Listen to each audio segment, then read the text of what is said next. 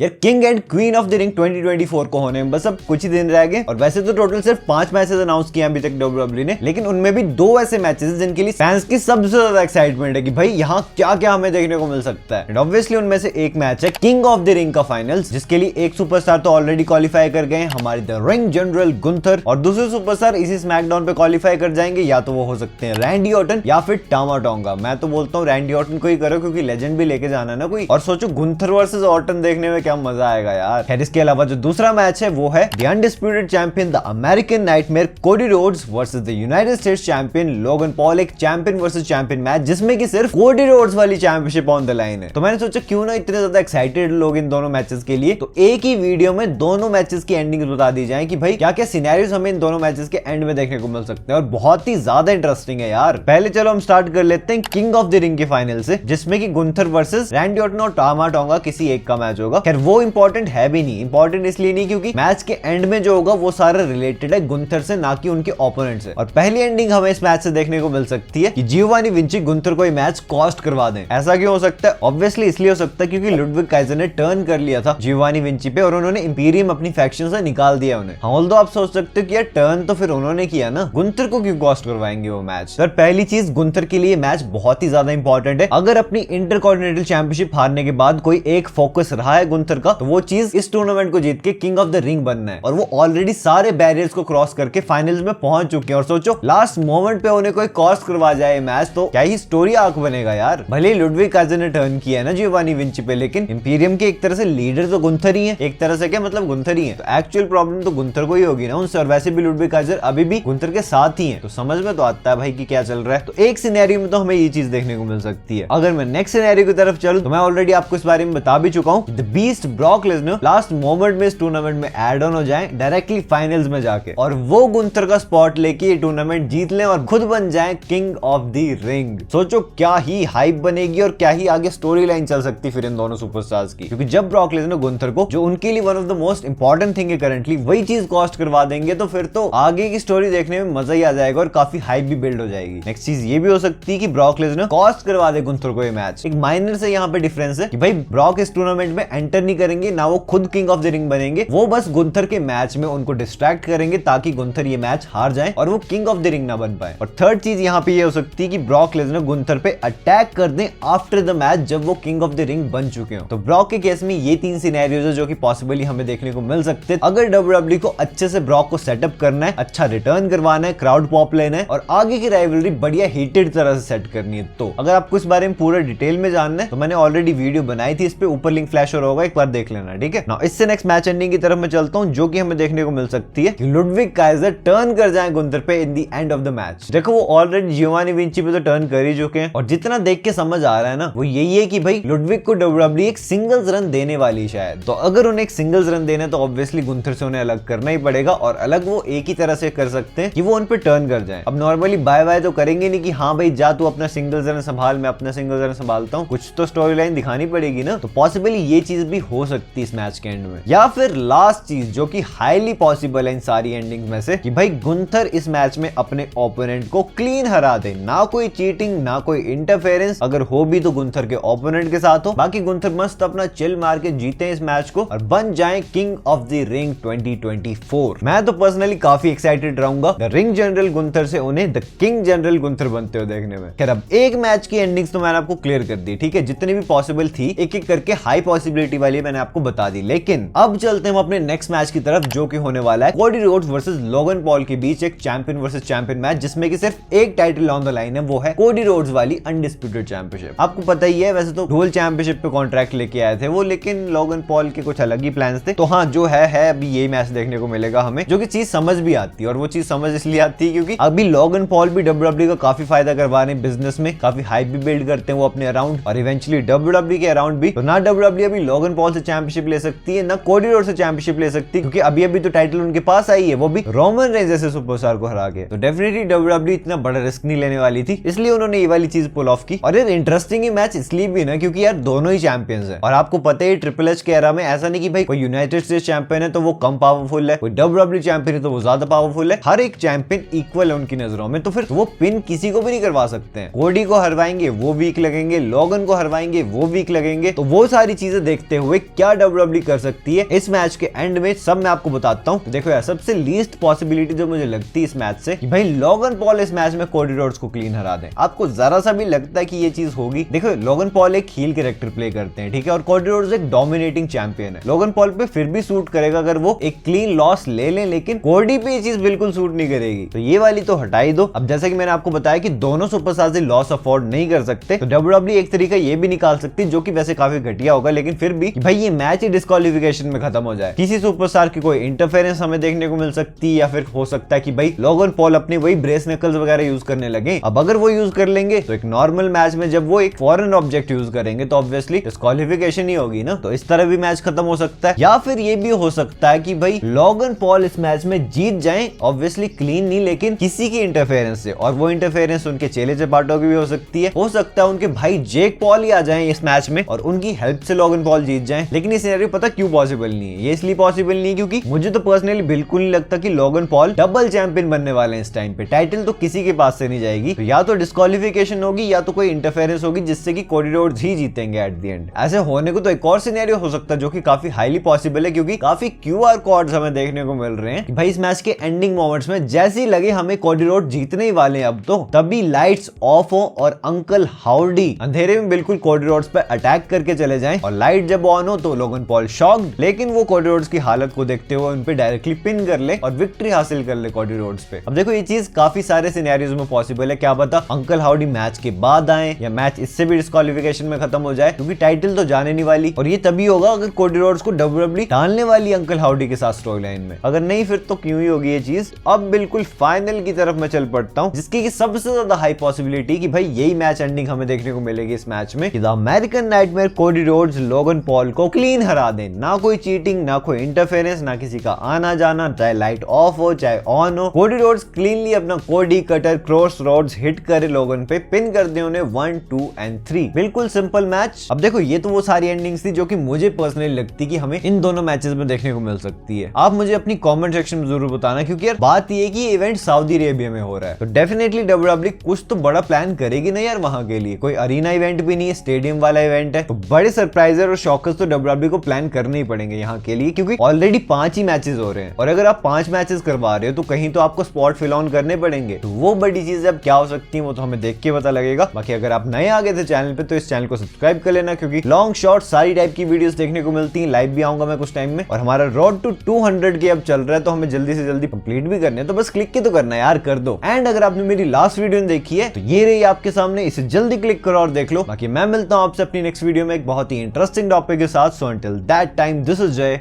Signing out.